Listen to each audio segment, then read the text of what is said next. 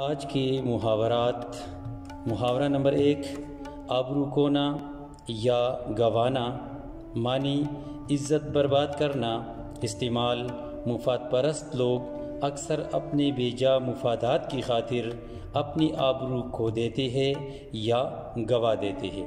محاورہ نمبر 1، آبرو کھونا یا گنوانا، معنی عزت برباد کرنا۔ استعمال، مفاد پرست لوگ اکثر اپنے بیجا مفادات کی خاطر اپنی آبرو کھو دیتے ہیں یا گنوا دیتے ہیں۔